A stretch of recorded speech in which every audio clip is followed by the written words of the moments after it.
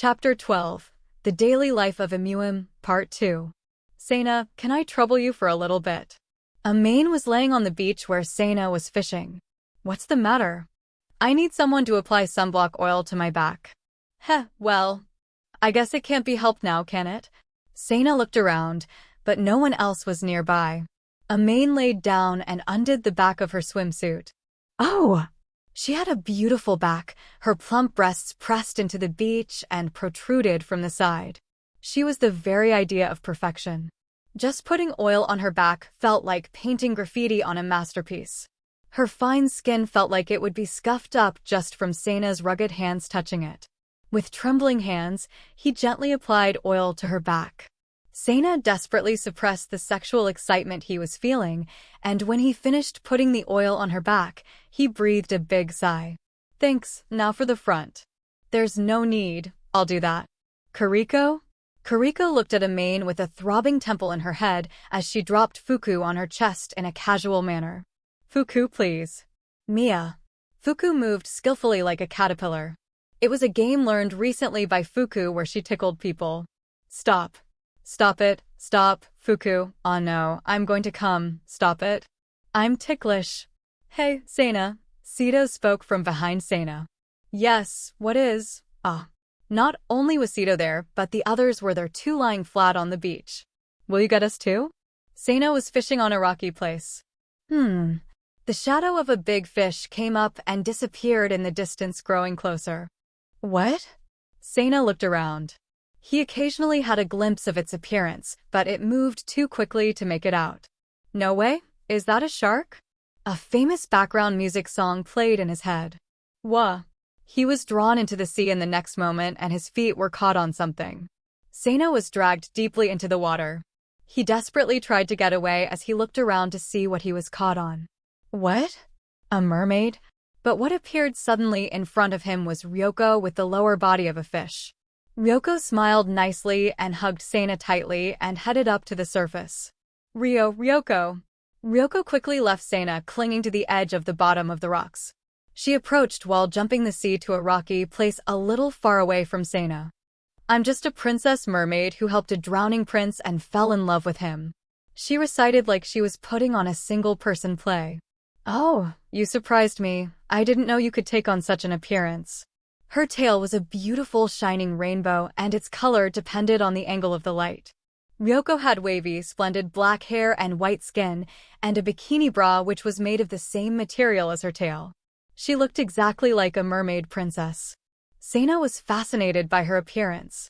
The princess mermaid who fell in love with the prince wanted to be a human being too. She was so in love with the prince that she got medicine from a witch and drank it. She smiled and drank something. And the princess mermaid lost her voice and gained a human's legs. In front of Sena, Ryoko's tail changed suddenly to a human's legs. The stunning silver scales changed to lustrous skin, from her feet to her knees, gradually up from the thighs and then. Hey, Ryoko! Just before the scarlet silver scales dissipated at her crotch, Ryoko concealed herself. Sena, are you enjoying the beach? Ryoko asked, glamorously. Are you okay? Scarlet swimwear appeared on Ryoko. Oh, this. Yoshiko-chan told me that story on Earth. Tell me, how does the story end? Ryoko turned pale when suddenly a shadow appeared behind her. In the end, the mermaid fails and is transformed into seaweed. Kariko-san. It's sea foam, not seaweed. There's not much difference now, is there? I guess not. After that, Sena knew not what became of Ryoko as Kariko dragged her off. But it is certain that she did not show up again until lunch. Mia. Fuku loved to play with the waves. Unfortunately for her, or well, fortunately for Sena, there weren't any strong waves on Muim. Nonetheless, it seems that they were fun enough for her to play in. Fuku began digging a hole in the sandy beach. Sena joined her. Mia. While listening to Fuku's fun cries, Sena was fishing on the beach, but soon he noticed Fuku's voice was gone. Fuku. Hey, Fuku. Sena quickly searched for her, but all he saw was something like a sea urchin. No way. He approached it and moved it away and dug in a hurry. Fuku was buried there. Mia. When Fuku cried happily, she began to make another hole as if she had meant to hide herself. Stop playing like that. But Fuku didn't seem to care at all and repeated that game. After a few times she began to know how to tell where Seina was due to the sound of his footsteps in the sand. She was so glad that Seina was getting close that she jumped out of the hole and ran at him. Mia. Mia. He picked her up and hugged her. Hey, aren't you worried I might not find you? Washa could always find her, but it still worried him. Mia. All right. Fine. He let Fuku go and she went to dig more holes. Karen was the most active of the Sito scouts at the resort. Of course, Hakurin, as well as Sito and Mikami, were also up and engaged in marine sports. Jai-Kirin, will she be okay? She's a wild one. That girl, she said to Seina. They watched from under a beach umbrella. It's amazing, it's as if Karen is. Shit. She looks like she did when she was a young girl. Is that the original Karen? Swearin asked. She looks just like I remember her looking when she was young, before her parents started struggling. Oh! I heard that you four are from different countries of origin. Have you known Karen since she was little? Well, she was pretty famous. How much did Karen tell you about us?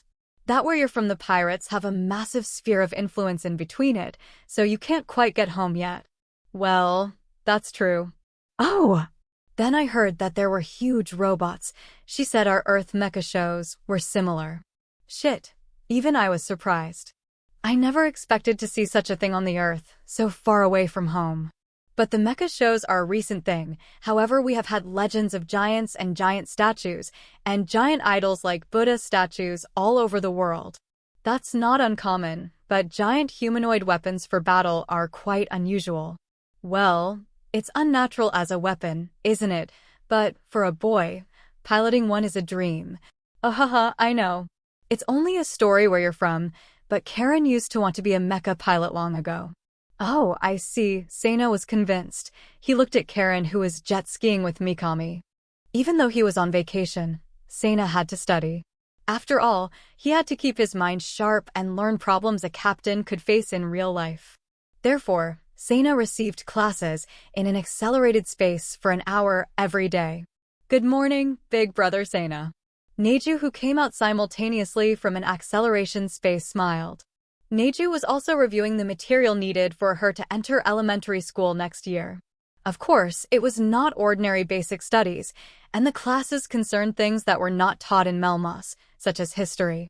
They headed off to the beach where Kariko was laying under an umbrella. Good morning, Seina-chan, Neji-sama. Kariko drank some juice. Is Karen still playing sports? She's sure having fun. Sito left and is in the treehouse, but Mikami is still at it too. Karen is amazing, but unexpectedly Mikami is not bad at it either.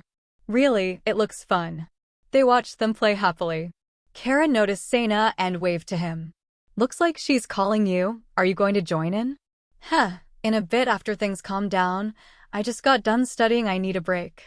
Amain, Ryoko, Neju, and Fuku sat and watched and were half sleeping in the heat of the sun. Hey! Seina-chan, meanwhile, Kariko softly called out. Yes! I wish things could stay like this always. Me too. The calm atmosphere was worth $1 billion to them. Seina, who had fallen asleep, woke up. Everyone was gazing at the sea with Karen, Mikami, Sito, and Hakurin all together. Oh, you're up. Oh, Sito, how long was I asleep? About an hour. Would you like to rest more? We're going to be busy out here a while longer. Okay. Seina yawned and relaxed. The first emergency call sounded since they came to Amuim. Everyone there, even Fuku, stood. I'm sorry to interrupt, but we're getting an urgent communication from Eri at the academy. The officer bowed to apologize. From Eri, oh well, okay. What is it? Sito asked. Wahahaha. Haha. Sirio laughed on the screen. Sirio-sensei. Long time no see. Seina Yamada. Boom, and then suddenly the communication ended. All right. Way to go, Fuku. Amain with a satisfied smile stroked Fuku. That was a bit hasty, Amain. I don't want to conclude this holiday vacation seeing such an ugly person's face. but it seemed urgent. It's useless to listen to his stupid stories. Useless. Well, it can't be helped. Main's opinion was reasonable. Sito went to talk to the office after she gave a wry smile. I can't say anything here right now. Call me back a bit later. Okay, is that so? Sito received a report from the office when she disconnected the privacy wall around her dropped. So, what was all that? Nothing too urgent, just a little harassment from Eri. How mean. Even though it's near the end of our vacation, it's still rude. Yes, but I won't let it ruin the mood. We still have to party. Party? Because Sana caught so many fish, most of the ingredients I brought were not used, so I thought of using them all for a party, especially the good ones. Like what? It was Kariko that first took the first bite. Next, Karen. Sito gently listed the ingredients list so that only they would hear. What? The two surprised faces had just been told a list of extreme luxury ingredients.